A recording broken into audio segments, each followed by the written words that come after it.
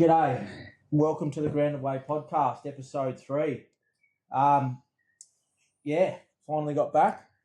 Today I'd like to welcome my first official guest, actually, of my upcoming sort of guest appearances, and that's Paul Robinson. How are you, mate? Good, thanks, mate. Good to be here. Thanks for coming.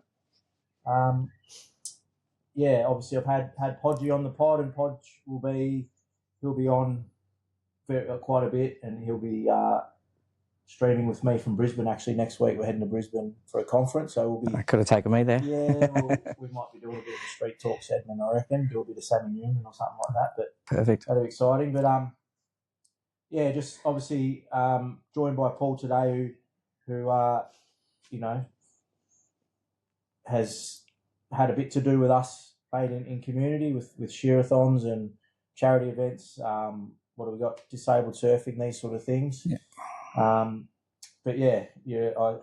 done a bit of research last night, and you're an ambassador for the Cuppa project. Yeah, that's it. Yeah, can you tell us a bit about that? Yeah, I just got an email. I've bought their stuff for a few years, and there was applications for ambassadors. I wrote them a note, told them a bit of my story, and luckily enough to get the job. So, Sean Phillip, if you catch the podcast, thank you very much. Absolutely, mate. We'll give them a shout out. We might even tag them in it. Obviously the things that they do is it's unbelievable, mate. And that's the sort of stuff that I want to sort of do. And I don't think there's enough of it out there, which sort of means why I wanted to get this podcast going, and obviously, be there for people and stuff in general to speak up and say that they've got people there to reach out to. That's it. Make it more common knowledge that people doesn't hurt to speak out. Absolutely. Obviously, you've got a nice head of locks there, mate. You've lost it a couple of times. Once you've shaved it off for the world's greatest shave, I see there. Yeah, I've done a couple of those ones. Yeah. And then it was your old man. Yeah. A couple of years ago now, and use the clippers. Absolutely. Yeah, we'll touch on that sort of later in the podcast. But and obviously we've had a bit of connection as well through the disabled surfing, and we'll touch on that too as we get going through the pod. But obviously thanks everyone for sort of bearing with me over the last couple of weeks. Obviously haven't dropped one for about 2 or 3 weeks now. I had plenty going on, but we'll touch on all that sort of stuff in the next pod with Podgy. We might just jump into it, mate, and see how we get on. But we'll kick off. Just tell us a bit about yourself, mate, and where you grew up, and sort of what shaped your early days. I usually answer that with I haven't grown up yet. Originally born in Geelong. Yep.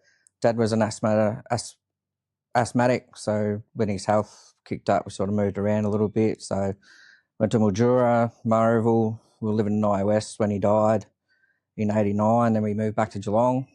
A couple of years up on the Gold Coast. Started doing a few things that a 19-year-old does on the Gold Coast, and needed to get away. Yeah. Mum had moved back to back to Camperdown actually, so moved there just to chill out for a bit, and the deal was to get back to the Gold Coast. But 25 years later, I'm still down here. Still here, mate, and probably for the better. Yeah. I've got a great network down here. I spent 17 years in Portland, and still got a lot of great mates there that I can connect to, and that sort of thing, and a lot of family there as well. And got my daughter here in Warrnambool, which is why I came here. Yeah, good stuff. And speaking of sort of Portland, I see, I'm obviously into the new footy as well. Just looking through, doing a bit of research last night. You played a bit of footy over at Westerns and played Haywood. Yeah, when I moved across, I coached under 18s at Haywood and played 50, 60 games. Yeah. Snapped the ankle in 06. Bit of a funny story about that. But then a couple of years off, went to Westerns, played 100 games there, and won a flag in 2012.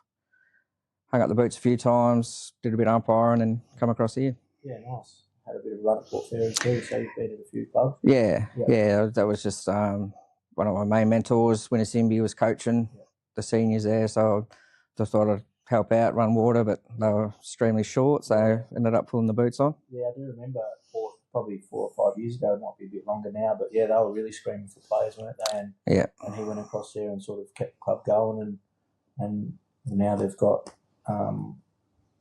McCorkle coach there, didn't he? Yeah. The last couple of years, and really got him off the ground again, and which is really good to see because I remember sort of when Brad Scholl was coaching there and Dan Nicholson, they sort of were quite successful without winning a premiership. So it was good to see sort of him go over there. And well, remember when that was happening, one of your mates, Stink, he was playing, come across from Portland and watched him play a grand final. Don't pump him up too much. Good fella, Stink. I've mentioned it, but good mate of mine, Stink, Dylan. One lad, sort of I said in my story in the first episode, he was one lad that really sort of got me going in my tough time, him and Sez, and they supported me with toys for the kids and swing sets and stuff like that. So a great bloke. And great lad. Could play footy when he was fit. He's not so fit now. But won't pump him up too much. That's sort of your early journey. And how did you find your way into the support sort of space? Because you're working in that sort of area at the moment, aren't you, in your support work? Yeah, that was sort of by accident. I was in education support, and until I got permanently into a school, I thought I'd just do that for a bit of cash, not thinking I'd fall in love with it. And I've had a lot of jobs over the journey, and this is by far the best. Yeah. Sort of saying that, once I retired from Shearer, I moved into working in the hospital space as a liaison officer, and obviously you meet a lot of people in all different sort of situations there, but then obviously transitioned into the social emotional wellbeing space now, and it's not sort of the disability space, but you do work with a lot of kids that sort of on the spectrum and do struggle a bit, and their families, but have worked sort of or volunteered in the disability space with Luke and Brooke and the disabled surfers here in Warrnambool, which is where I met you, I believe. Yeah, through that, yep. Through that. And, mate, the first day I did that, like I went home and like I was half in tears just because you got visions of the smiles on their faces. Just the pure joy when they're on the wave. I never forget, I can't recall their names now. There's so many of them that come and have a crack, but a couple of the boys that sort of get up on one knee and doing the, So that was, I can't wait for the next one, which is quite soon, I think. So always look forward to it. Yeah, no, great space. And so in that space, are you still working at Merrill River School? Yeah, still at Merrill School. Still there. So sort of with that, and then so I guess a day at work, and then post work. What does a day look like for you? Like around your support work at school. School is 9 till 3, so there's one shift that I fill in occasionally, 6:30 to 8:30, and then go to school, and then there's a few others, 5 till 7, 4 till 6, and things like that, and I'd sleep over as well. So days like that, one of them I can get home, have a shower, and go to school. The other one I've got to go straight from there to school, but I sort of slowed down a little bit, losing the ticket. So that's made it a little bit hard, but just try and pick up what I can and get around on bike and Uber. Yeah, I see the old e-bike there, mate. They're the big thing these days, aren't they? Yeah. Luke did say he'd seen you shooting up Mortlake Road yesterday. He must have been heading to school. Yeah, he did. A good thing. He's just gone out and bought himself one of those bloody... Oh, they're like a bloody Harley on wheels. Those scooter ones? Or? Yeah, no, they're proper bloody... I can't think of the name. They're from America or somewhere. Yeah. Big fat wheels on them and that. They're a bit of a rig, but I think they've just arrived, so they'll be probably enjoying them in the sun tomorrow. Yeah. Yeah. You did mention there before about the funny story to your broken leg with footy. Do you want to let the listeners know about that? Yeah. 2006, daughter was being born in June, July. So I said, all right, I'll have the year off footy, get everything ready, do the right thing, and work as much as I can, and get it all prepared. And then she was born. So I thought, oh well, she might want to watch me play footy. Didn't train or anything. The first game was pretty rubbish, and then the second game was a bus trip over to Millicent. So yeah, I got excited for that. Catch up with the boys and Johnny Bell. Yeah, no, Johnny Bell. Yeah, you could ask him about this story. He's a big candidate for it too. 10 minutes in the first quarter, I probably had more touches than I did in the first game. Snapped at goal, was pushed as I kicked, and then landed. And I thought, oh, is my boots falling off? But no, my ankle had turned sideways. So yeah, I got my bus trip, but it was ambulance to Millicent. Got the ankle cracked back into place and spent 5 days in Mount Gambier with a 1 month old at home.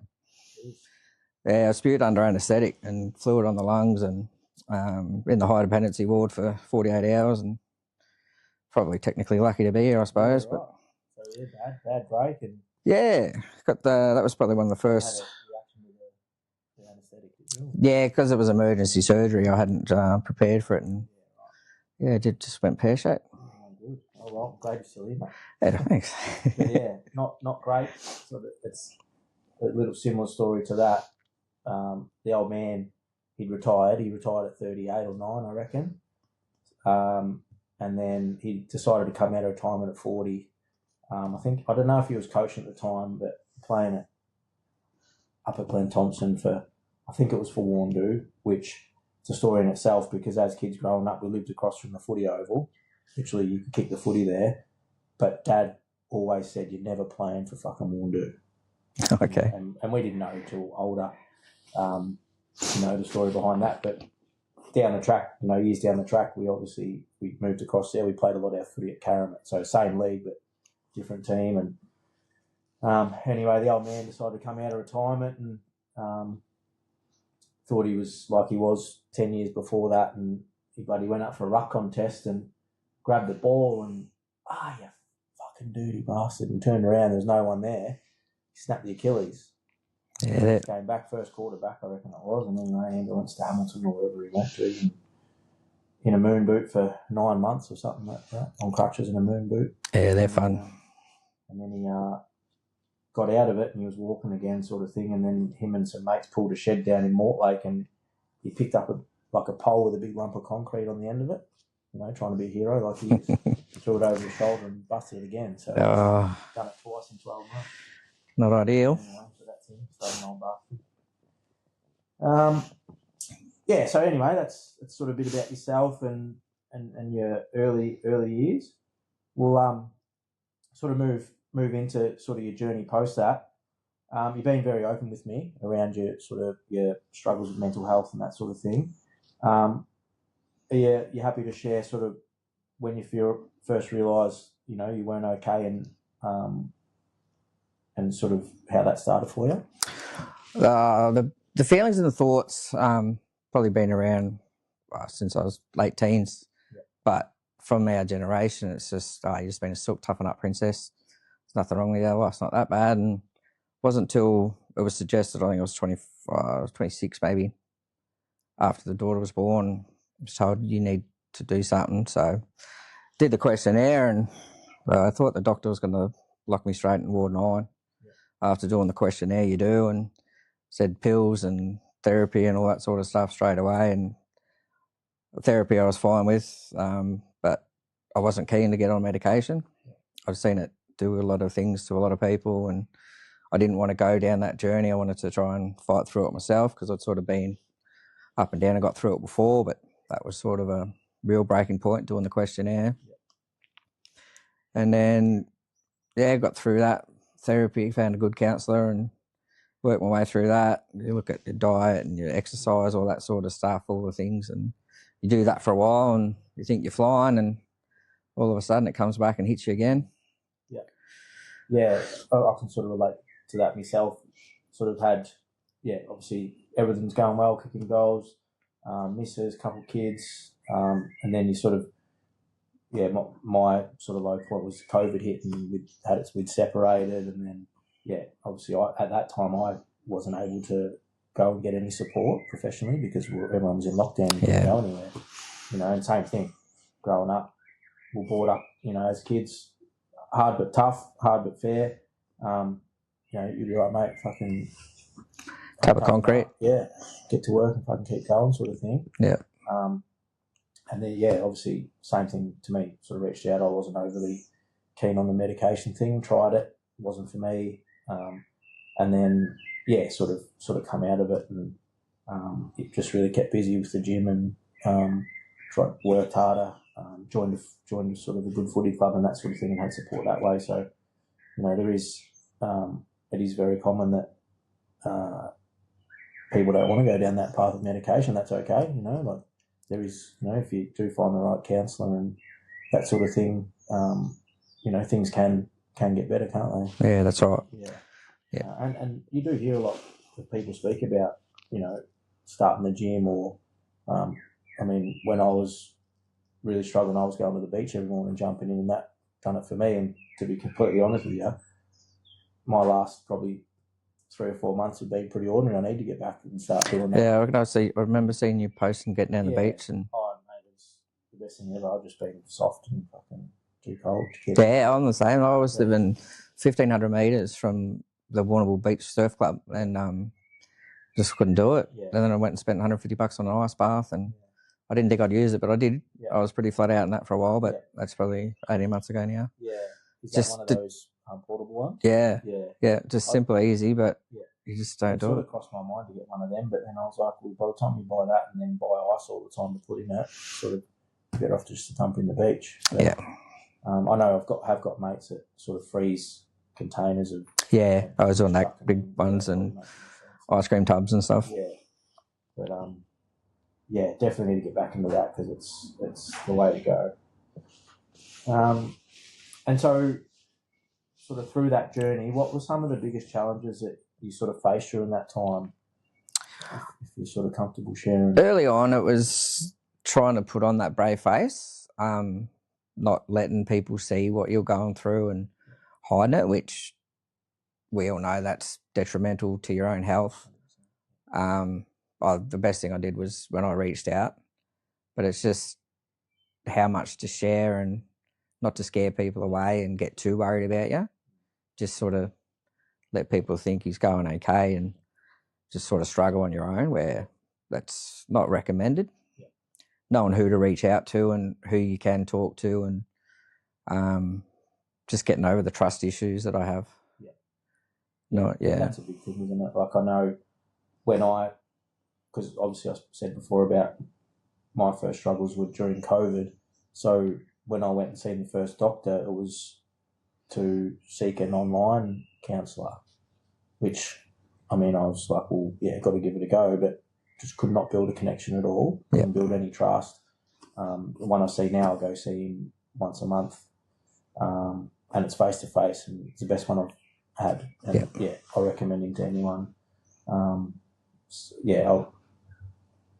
I've had sort of clients through work that, haven't been comfortable with the ones that they've seen or whatever, and they've asked about, could you get some online or whatever like that? And I said, well, you can. Like, I'd be more than happy to support you in that. But, they've found the same thing. They just can't really build that trust and connection. Yeah. Because I've had, some have said to me, what's to say that, they're asking me these questions, but are they reading it off a screen, or are they actually genuinely into me and, trying to support me the way they should be? So it's a horses for courses, I guess, isn't it? Yeah, it's a fine line too. Like, I was the same, like not wanting to do the online stuff, but through work, through the school, I got onto one late last year, and I found her to be good. But then I've had other ones that sort of, just like they're ticking boxes. And that's sort of what my clients have found too. Yeah. But at least they're there, at least we've got that option these days. Yeah. And sort of how did sort of those struggles impact your work and relationships and day-to-day stuff?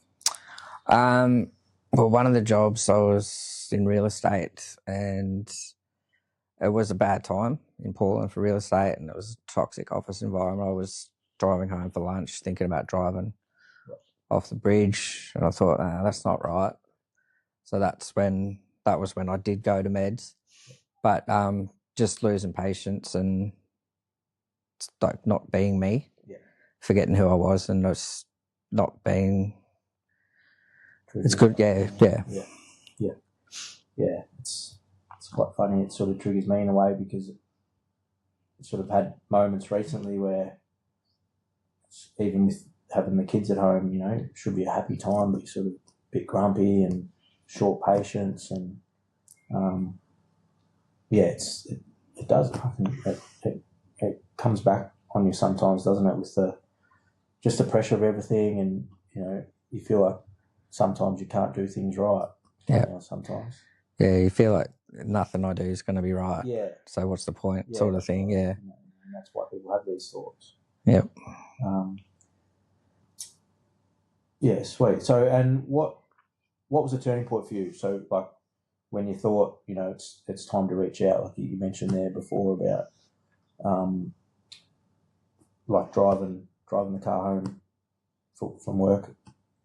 Yeah, when you're going through that for a few months, you think, yeah, no, it's definitely time. So I just checked in with the GP, did the quiz again, and he found another psychiatrist to talk to. Didn't completely gel with him, but as I said, like every little bit helps, and I think I might have got back into that. I think just getting around footy clubs. Yeah. Playing footy sort of gets you going again. And I found my main one is boxing. Like when I moved over here, it was to be closer to the daughter, and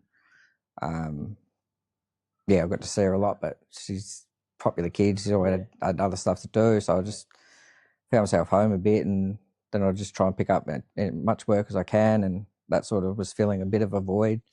But then boxing, that's the best antidepressant you could ever come across. Just getting hit in the face, you know, it just makes you remember you're alive and why and things like that. Good to know. I've always thought about getting into it, but then I've sort of got bad knees and that sort of thing, and I mean, I struggle to run around a footy field, but I make myself do it, so I probably should make myself go do something like that. Yeah. I copped enough punches in the head when I was younger. Cheeky on the footy field sometimes. Yeah. So obviously you mentioned your daughter there. For me, that was a big driving force to pull me head in around. When I say pull me head in is, you know, when you're thinking about or having these thoughts, you think, well, what's it going to mean for them when I'm not there, you know? So that would be a driving factor for you too, wouldn't it? Yeah, absolutely. Through most of it, because I was 7 when I lost my dad, and I knew how hard it was, and I didn't want to put her through that, and that was sort of the driving force. Well, you can't do that because you need to be here for that, and then you get the odd feeling, oh, she's probably better off if I wasn't here, but we'll probably get into it a bit later on, but yeah, when she found out, she was, the look on her face was horrendous, and I never want to put her through that again. Yeah, and it's, you know, and I know, just like again doing some research last night, she's been very successful, graduated from school. Yeah. So she beat her old man in that. Yeah. Good on her. And just come back from overseas. Yeah, took herself on a 6-week tour of Europe. Ticked off more countries in 6 weeks than I've done in 44 years. So they're super proud, but she's done it all on her own. Busted her ass, and she's got a hire business and works a couple other jobs. And she's a lot better with money than I am. When I was sort of having a look through last night, she do like an entrepreneur's course or like a workshop? No, it was just a thing through the school. She was too late to do the adult one, but she was told that she probably would have won that. And I think she should have won the junior one, but she very close second. So it was pretty good. She got some money towards promoting a business and a couple of dresses to hire. So, nice. You want to give a business a shout out? Yeah, Attire Hire for all you ladies looking for coming up to spring. Hopefully we'll get some warm weather soon. Lots of cocktail parties, races, all that sort of thing. Attire Hire. Beautiful. There you go, Katie. You'll be able to hire a dress for the wedding in a few weeks.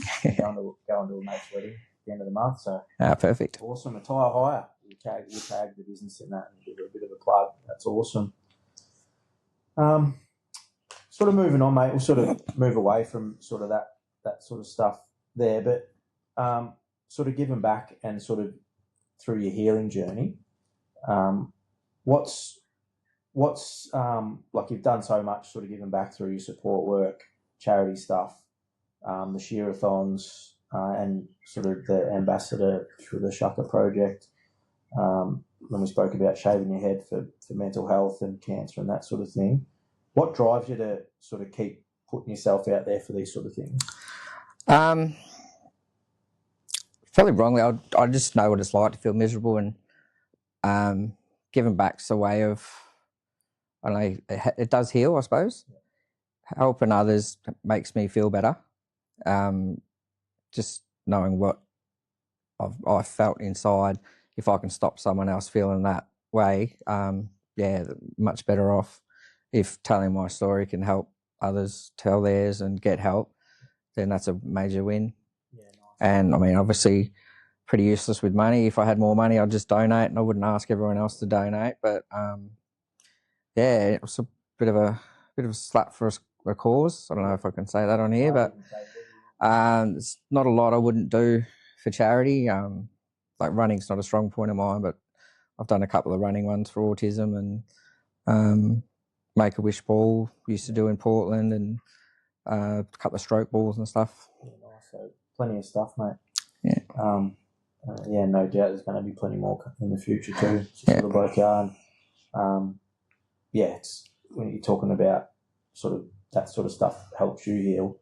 I feel like even this sort of stuff for me, like even talking about my journey, hearing your journey, but also the work I do every day, I can relate to a lot of my clients. I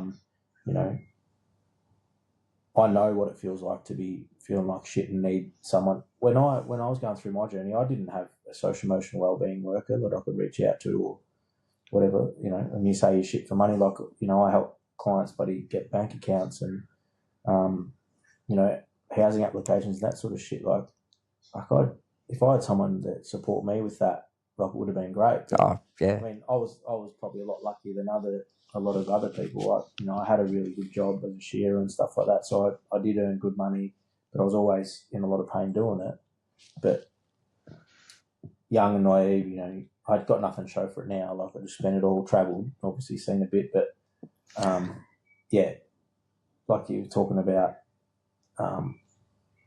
you do what you do to, because you know what it feels like to feel shit, but you also know that if you can just have sort of one person come up to you and support you or help you do something, that makes you feel good, doesn't it? Yeah, that's right. Yeah. What do we got here? I wrote all these notes down, mate. I've been so keen to get back into it.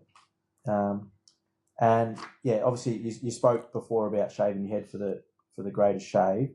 Did you have a connection to someone or a family member, or was it just a charity that you wanted to? No, the first one was particular cancer. I was not long after my auntie died, and then my uncle got, I think he was maybe 1 or 3 in the world with this particular form of leukemia, and then that's the one that was on the post.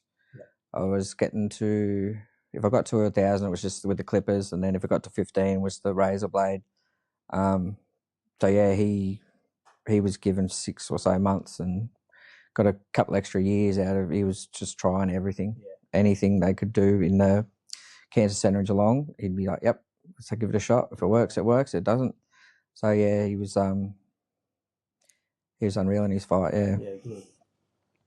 On the same topic, so you shaved your locks off for the shearathon, Dad? Yeah, the shearathon, that one was a little bit different. I sort of talked to Luke and thought about it, and then the week before was when I put the car into the breakwater. So yeah, it'd just been a big build up and thought that's it, that's the time, and sort of, I don't know, lucky enough, I guess, that came up the next week. It gave me something to do, selling shirts and trying to get as much money in the tins as we could, and just in awe of you blokes up there doing the hard work. Yeah, mate, we do appreciate it. And I actually didn't know the story, sort of what happened the week before, and Luke and Book shared that with me. And, mate, we're so glad that we had that event that following week, and we were so grateful that you jumped on board and jumped out the back helping with the sheep and selling shirts for us and running around with the money tin. And I've got that photo you shared with me. Was that from a shearathon, that photo you shared with the locks and the plaits? Was that? Yeah, it was Katie and Abby from Let's Talk. They did the plats to cut off, and I think there was 7 or 8 that got sent off to. I can't say the wigs place. Was that to make wigs? Yeah. So So there's 2 things we raised. Was it $500 we got in the tin or something like that? Or I think that we passed around? 20 minutes or something. Yeah. $500. Yeah. So that contributed to close to $100,000 that we raised for that event. Yeah, that was huge. And you had Dad shave it with the handpiece. Yeah. What was that like? It was a little bit nerve-wracking, but probably more so when he leant over and said, "Do not move or you'll lose your ear." That sort of sent a shiver, thinking, "Oh, what am I doing here?" But he did a good job. Yeah, and I think then we had another 2 lads jump up. Yeah, and you did. Well. Was that on the Sunday or same day? Same night. Yeah, it was the same night. We had Michael Honan, I think, was singing for us. That's right. For that one. And we sort of kicked some stuff out of the way, and a couple of boys in the crowd, but he jumped up, and Dad and myself shaved their heads with a handpiece too. Yeah. It wasn't the cleanest job, but they were happy, and we got a bit extra cash for that. So that's all that matters. Those boys, I can't remember their names or who they were. I reckon they actually worked for. I reckon they were concreters. Can't remember, but we had a good crowd. That was a great event, wasn't it? Yeah, absolutely. Yeah, I think Dad and Brody were talking about doing another one, and they asked me if I'd be keen, and I just said no way. I'll be there. I'll sit and watch. Be the MC. Might jump on the MC or something, but I ain't getting up there shooting again, mate. That's huge. Much love to you guys for what you did. That was a massive effort. Yeah. I think we ended up handing over. Roughly $80,000 to Let's Talk for that. And obviously we had other costs with, trucking and we fed that team of hundreds that we had and all that sort of thing. Equipment, that sort of thing that sort of the rest of it went to, merchandise and that sort of stuff. So very grateful for the people that donated and came and supported, and the farmer for the sheep and everything. But as I said, we're going to actually do a shearathon episode down the track. We'll get sort of some of the shearers on, and that'd be good. Fluff and Hodgie from the land transport and that sort of thing, Hodge Transport. So we'll do a segment on that. But very grateful for that, sharing that, mate. Really good of you to do that. And we did sort of touch on this just before, but you feel that helping others has been a part of your own healing? Yeah. Yeah. There's balance too. Like I've been told, like don't take too much of other people's stuff on because you've got to work on yourself. But I've always just not seen myself as important enough, and I'd rather just help someone else if I can. I've got better advice for people. I don't listen to it myself, but we'll get there one day. Yeah, you sound very stubborn like myself. Yeah, probably very similar in that sense. Like I'd go out of my way to do anything for anyone. Yeah. And Katie tells me I'm stubborn as hell. She's telling me that you need to talk to someone or whatever, and I know I do, and I have been, but I prefer to make sure you're okay over myself. Yeah. But I tell my clients that if you're going to help someone, you need to make sure you're all right before you can sort of help. Yeah. In the best way you can, to the best of your ability. You know what I mean? Yeah. What do they say? You can't fill from an empty cup. Yeah. Well, and that's it. And we probably need to take more of our own advice, don't we? Yeah, absolutely. Yeah.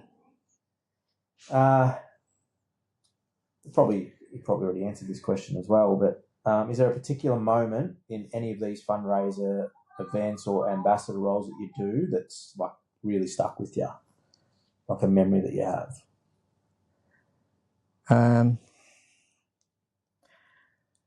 Well, probably during the shearathon one where one of the shearers got up and told his story, sort of emphasised why we were there, and I guess it sort of hit a raw nerve at what I'd done the weekend before.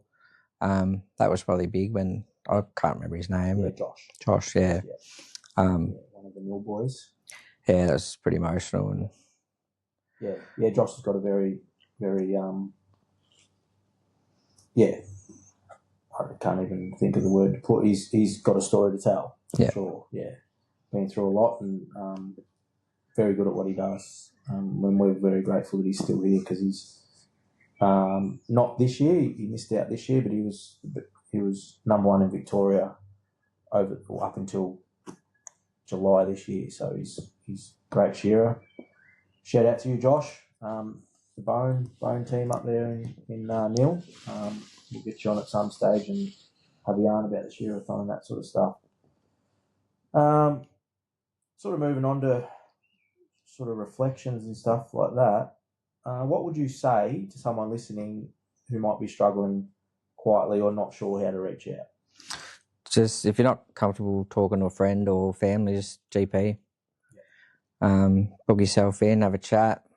They'll ask you some questions. Be as honest as you can. Like for a lot of my journey, I suppose I do post a lot and I do share a lot, but there's a lot I don't. And even with GPs, psychiatrists, psychologists, probably not as truthful as I could be. But yeah, just be honest, open, tell them the truth, tell them what you're feeling and what you think makes you feel that way, and see what they can do about getting you some help. Yeah, great advice, mate. And, they're there for a reason, aren't they? Yeah. They're there for a reason, and they're not just to go, check a spot on your leg or give you some Panadol and Nurofen. They're there to really help you in, for things like this, aren't they? Yeah. Yeah. And I could probably answer this for you. I reckon surfing would be one, but what really keeps you grounded these days? Well, funnily enough, I don't like surfing. I can't surf. I think you mentioned Neil Kelly was the president years ago of the surfing, and I was working with him at Southern Stay, and he said, "Oh, come down. It should be a good day." I'm like, "Oh, I don't really know what I'm doing." He said, "No, you'll be fine." And it was one of the best days of my life. As you said, like you go home and you just feel with so much joy, and I think since that day I haven't missed one. And I couldn't get up and do it, but just there giving them a cheer and seeing their faces light up. But Grant, at the moment, I've sort of been a little bit off the rails. Like, I don't drink much at all anymore, but just lack of exercise. Just been watching telly and just trying to motivation, trying to push through that. And daughter keeps me grounded. She's always firing me up to do something, or what are you eating? And so making some better choices food wise lately. So that makes you feel better. And I mean, it does sound silly that food is medicine, but if you're eating better food, you're going to feel better. Speaking of food, we've got steak and mash and steak bites with mash and creamy garlic sauce for dinner. Perfect. After this, can we do this every week? Be all right. Shout out to Katie in the kitchen. Thanks, Katie Chops. Katie Chops. It's sort of, I'm probably in the same boat. What kept me, I was lucky enough to get up the Murray last weekend. Beautiful part of the world. I love getting up the river. I had a fishing rod in, but didn't do any good. Had a bit of bloody twiggy stick off the platter for bait. I didn't take much bait up there, but, chasing the kids around. But, getting out, fishing out the river, up, jumping in the beach is sort of what keeps me grounded. But like I said before, I need to get off my ass and fucking do it. Saying that, I'm going to go in the morning. I always found that when I if I was like at the gym or boxing, see you tomorrow, then I've got to go. Yeah. Gives you the accountability. Yeah, and that's where you do. You need someone to go to the gym with, I reckon, don't you? Yeah. Yeah. Because if you're not there, they hold you accountable and you hold them accountable in a way, don't you? So. Yeah. I'm telling listeners out there now, I'm going to the beach in the morning. I'm going to do it done. Don't know what time, but I'm going, and I'll post it just for proof that I've done it. So I'll hold myself accountable. You can all hold me accountable for it. It's going to suck, but it's going to be 23 tomorrow, so it makes it a bit easier. Yeah, there's no way I was going this week. It's fucking freezing. Yeah. What do we got here? What's one piece of advice you'd give your younger self, knowing what you know now? And you did say up on the Gold Coast, you sort of let the hair down a bit and done Yeah, Done probably what we've all done at 19, 18, 19. there's probably people that might look at me a bit different after this, but don't do drugs. Yeah. Great answer. Yeah. I mean, I never got fully out of hand. I was never begging for cash or doing anything like robbing or stealing or anything like that. It was just I got to, and this is where I feel that this is where the symptoms started in my late teens, just trying to mask who I was or mask the pain, get that chemical high just to enjoy life. And yeah, if you've got to take something to go out, then should you really be going out? You just need to work on yourself and make better choices. Yeah. I mean, when I said it in the first pod that when I was really struggling at my lowest was that start of COVID, and that's what I did, living by myself out on a farm, not being able to have anyone come and check in or have a yarn. It was working, get home, crack a beer, get the bag of MD, and just fucking all night, couple hours sleep, up, go to work, same again. It was about a 6-week block. COVID lockdowns killed more people than COVID. Yeah.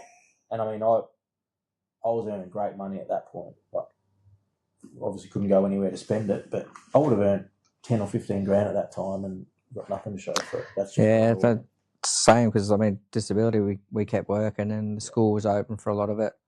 So I was picking up all these extra shifts, and as you said, you can't go anywhere to spend it. And at that stage, I was too scared of internet shopping. So yeah, I got myself a nice little bankroll, but it's it disappeared pretty quick. Yeah, and it does. I mean, it's not cheap, is it? And I think I've seen something there the other day about that sort of stuff's wrecked more lives and families than domestic and family violence. So it's not a good thing. Great bit of advice. Now, you surely got one of these. You've been around the traps. Have you got a good stitch-up story for the listeners? Like, have you been stitched up, or have you stitched a mate up? Oh, there'd have to be one in there somewhere. Yeah, I probably should have gave you a bit of a heads up for that, but it was one I chucked in. I did hear ask Podge that, and I was thinking about it. The old memory's not what it used to be. Stitch up. Well, it doesn't have to be a stitch up. Have you got a yarn that you want to share with listeners? That you got any mates out there that you want to stitch up, even on this? I wasn't actually there for it, but my cousin probably won't mind me telling this story. He tells it when he can, but they got him a beauty on his buck stew. They filled his butt crack and up that with deep heat. That's wouldn't be a great feeling. I wouldn't have thought. No, so I wasn't a part of that one, so I didn't do it. I've just heard the story a few times, and bloody similar story, I suppose. I remember I was a kid, young fella, probably, I don't know, 10 or 12, playing footy out at Caramet. So that's sort of the club we grew up at. And it was about, I might have been 99 or 2000 or something like that. So Caramet was quite successful back in the day. So they had all these, there was gun footballers here from Warrnambool, like Joey Chatfield and all these sort of guys there. And I remember the fellas, I must have just went into the room for something to see what Dad was doing or whatever, get some money for Tucker or something like that. And there was a few boys in the shower, and there was a couple of lads over in the corner there, like barking and laughing and carrying on. And they've come out of the trainer's room with a tube of deep heat, and they've rubbed it in this bloke's jocks. Rubbed it in his jocks, like rubbed it in. And then run back in and put it away, and it's all there, just like, because at Caramet back then, so the bar used to be right next to the change room, so you could sort of reach through the door, and the barman, old bones, would give you the beer through the door. So they'd grab a beer. Handy. And, yeah, it's real handy. So they'd be like, oh yeah, beer, and they'd sat there just having a couple of beers in the room before they went out into the club room for dinner, just so they could see old mate put the jocks on and get the burn up. He was fucking in tears, like so uncomfortable. Yeah, it's not great actually. I can stitch myself up. I think it's 12 or 13, and not really that experienced in the ways of the world, and sort of had a bit of a sore groin. So not thinking about it, just rubbed the deep heat myself into the groin and started getting this burning feeling about 20 minutes later. And I was stepped out at the time, said, you better get up and wash that off because that's going to hurt. Yeah. So, yeah, they stitched myself up. Yeah, I'm not big on the deep heat, but up at Russell's Creek, where I'm playing footy now, there's an old trainer, Lyle Eels, and he's legend at what he does. Anyway, he made this concoction out of, I think it's made out of capsicum seeds, and so you crush them up and you add a bit of stuff with it or something. But it's like a heat, like a natural heat, and he used that on all the players and that over the years that he was doing the training. And mate, that's some of the fucking harshest burning shit. But like, if you got something sore and rubs that in, gets it out at the time. But like the burn will wear off, like if you're playing or whatever. But once you get into the shower after the game, yeah, shit out of you. I had a few of those. That you think the pain's gone once you get in the shower. Yeah, and we had a lad playing with us last year, Dukes. Shout out to Dukes. He'd sort of bit of a club legend up there at Russell's Creek, won a few best and fairest and that, Sean McDougall, and he come out of retirement last year to play in our twos. And mate, I wish I had played with him when he was up and going, like when he was winning his best and fairest. But he was just a bull in the middle. But his Achilles were killing him, like he was done. He was cooked. Yeah, he ended up playing in our grand final, but yeah, just sort of couldn't get going. But he used like half a jar of it for the year, like just rubbing it into the Achilles, and that got him going. But yeah, we're getting close to the end, mate. It's been sort of a good episode, and I appreciate you sharing your story and that sort of thing. But I appreciate the opportunity. Yeah, we've got sort of a bit of quick five here, and I had one here, but you said you don't like surfing or you can't surf. But fun fact, I did go to school with Mick Fanning, and we went out, like my group of mates up there, they all love surfing. They do the parties and that, and so I've had a bit of a bodyboard with Mick, but he probably doesn't remember that, but that's my claim to fame. There you go. But yeah, still couldn't get me up on a surfboard. What was he like at school? Well, he used to surf a lot during school hours, and the teachers used to say, "You're never going to make it as a surfer," and look at him now. Yeah. So, in saying that, surf or bushwalk? Bushwalk. Yeah. Yeah, you can't beat the bush. Yeah. Love the ocean, but you can't beat getting out the bush and just having to walk through the tracks and all the nature and that sort of thing. Need to do it soon, but yeah, definitely probably that'd be the choice. Yeah. Oh, mate, we've got plenty of good sort of places here. We've got Tower Hill, we've got Fran Bush. Some people wouldn't go out to Fran Bush, but we've got, Hall's Gap's close. Yeah. Hotways, so we're in a very good place for bushwalking. What do we got here? Beer by the fire or coffee at sunrise? Beer by fire. Yeah, can't beat that either. Yeah. Yeah. Sort of lucky enough to enjoy that last week up the river. Yeah, I was very jealous. Yeah. I'd love to be having one by the fire here right now, but I got told to take it out, but it is what it is. Yeah. I have to put a heater on the roof or something. Rental agreements these days, no good. Yeah. Probably an obvious one here. Road trip or stay home? Yeah, probably road trip. Depends on who's involved and where we're headed, I suppose. Yeah. In saying that, road trips are great, but staying home, fucking chilling out and watching a movie and getting a bit of shit done in the yard's always good too, isn't it? Yeah. Especially if you got... Actually, I think that sort of, I've struggled a little bit lately because I moved house in the first school holidays and had a big yard and always felt good when I mowed it and trimmed it and all that sort of stuff, and now I've got none. So anyone out there wants their lawns mowed? Well, my grass is long, but we get so a part of our rental agreement, we've got a lad that comes and mows our lawns. Oh, perfect. But but he doesn't do a good job. Oh, he does a good job, but he's only sort of comes once a month. Yeah. So I've got a lawnmower there, and I look at it, and I'm like, well, get someone. We're paying rent for him to do it. So yeah, this time of year you need to do it more than that. Yeah, we do appreciate him doing it. But, Mm. I'm the same. I love it. Good neat lawn. Yeah. sort of thing. Oh, what else we got? Dream getaway if you had a week off. So yeah, what would your dream getaway be if you had a week off starting tomorrow? Probably head to Thailand. Thailand. Yeah, heading across next April for mate's 40th. Yep. So given I'm doing that, maybe go back to Vietnam actually. Vietnam. Yeah, have a good look around in Vietnam. Yep. I when we played footy in Naracoorte, so I've been a bit of a club slut over the years. Not as many as think, but played in Naracoorte from about 2010 to 2014. I reckon it was about 2011 maybe. They had a footy trip to Vietnam. Yeah. So we our old barman Granny, shout out to Granny. The boys from Naracoorte watch this, but Granny he used to cook our barbecues, and he's the head, he's sort of the main butcher at the local supermarket in Naracoorte there. But he used to go over Vietnam every year. Yep. Yeah, I know. Probably been cheeky bugger over there with a few of the women and that, I reckon.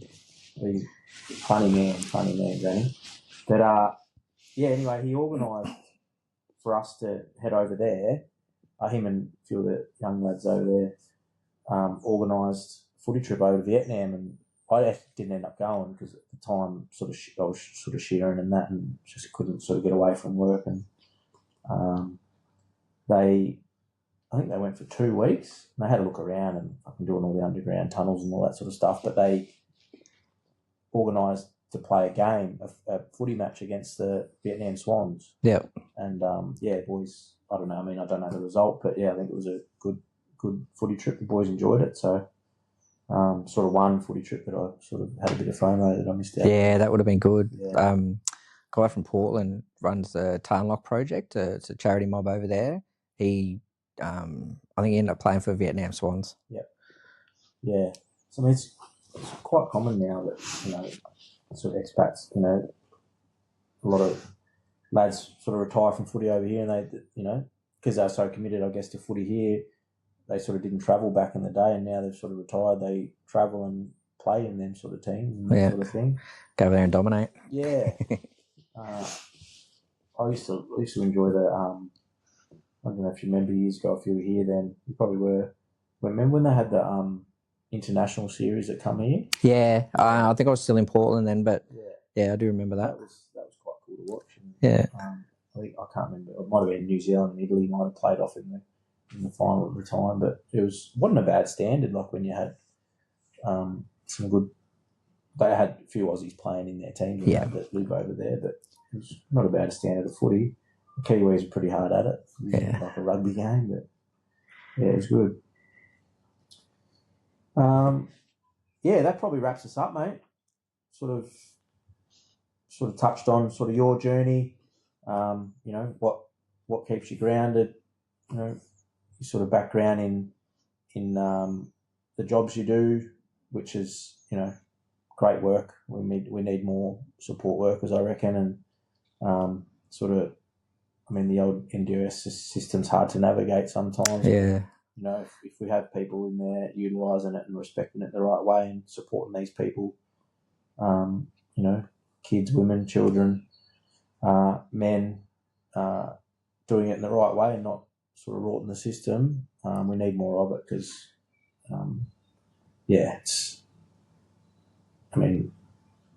we see that, with the disabled surf, and we see the joy it brings to have people support them and get them to be able to go do things that they might not be able to do, by themselves. Right. Yeah. Because I see sort of used to take Zake. Yeah. He loved his Geelong Cats. And yeah, he did. Took him and his mate Donald up a couple of times. Shout out to Zake. He's up in Queensland now. Yeah. Doing well. Yeah. I heard he sold his car. His little. Yeah, he got himself a new car. Yeah, Luke Podgy tells me the story. He needed a new car because of the chicks or something. Yeah. He needed to pull the chicks. But credit to him, mate. Another kid that used to come and bloody help us set up and pack up the shearathon, and very, very switched on kid. So credit to you, mate, for everything you do. Thanks, mate. Yeah, much appreciated for sharing your story, and I look forward to sort of connecting through the disabled surfing and whatever else we do in the future. Absolutely. Good man. Thanks for having me. No worries. So our next episode will be from Brisbane. You'll hear from me and Podge. Who knows what we'll be doing? We're heading up there for a conference for work, so could be doing a bit of a street talk. We might be sitting by the pool with a cocktail or something. But that should be a bit of banter and sort of like our last episode, telling some yarns and hopefully not incriminating anyone or ourselves. But it'll be a good time. Get a bit of sun for once. But thanks for everyone for listening. If anything from this episode sort of hit home and you need to reach out, please don't hesitate to call any of the numbers that I put into the episode notes. It's just one call away. We're here. Message me. More than happy for you to do that. Just reach out. Like I said, my phone's always on, and I'll reply to 100 messages if I have to. So, thanks for listening to the podcast today, and just remember that if it keeps you here, talk about it. Cheers. Love that. Good man, brother.